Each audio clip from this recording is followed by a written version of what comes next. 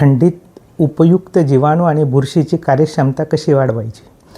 उपयुक्त जीवाणूंची कार्यक्षमता जर आपल्याला वाढवायची असेल तर त्याच्यासाठी आपण जिवंत जीवामृतचा प्रयोग करू शकतो, जे आपण एका दिवसात तयार करतो.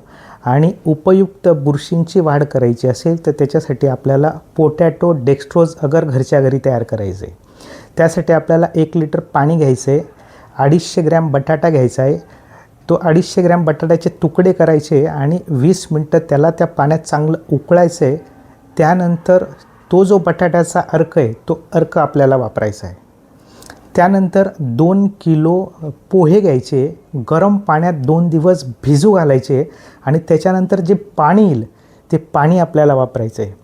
अशा पद्धतीने जर आपण आपल्या शेतात प्रयोग केला तर जी थंडीमुळे आपल्या जीवाणूंची आणि बुरशींची वाढ थांबली ती जोरात होईल.